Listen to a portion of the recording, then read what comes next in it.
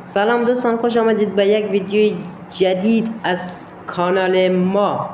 توی این ویدیو قرار آموزش بدیم که چجوری اکانت خود را از یک گوشی به گوشی دیگر منتقل کنیم.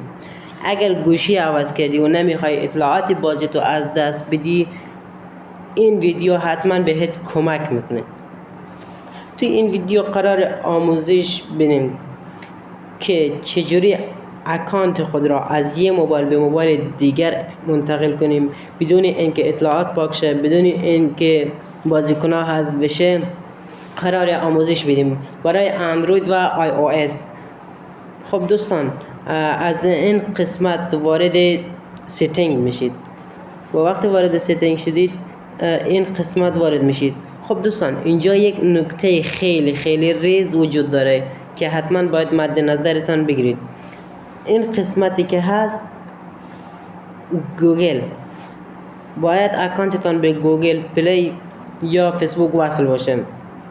خب برای این کار باید اکانتتان وصل باشه تا اینکه اطلاعاتتان پاک نشه.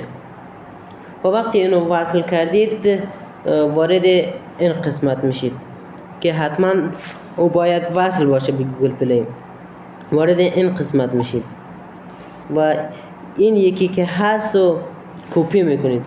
کپی که کردید وارد این قسمت اینجا پیستش میکنید. وقتی اینجا پیستش کردید و این روی لینک پروفایل میزنید تا به گوشیتان منتقل بشه.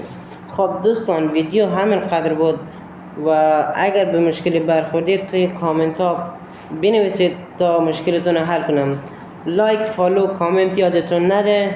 ممنون میشم از کانال ما حمایت کنید. روز خوش، خدا نگهدار.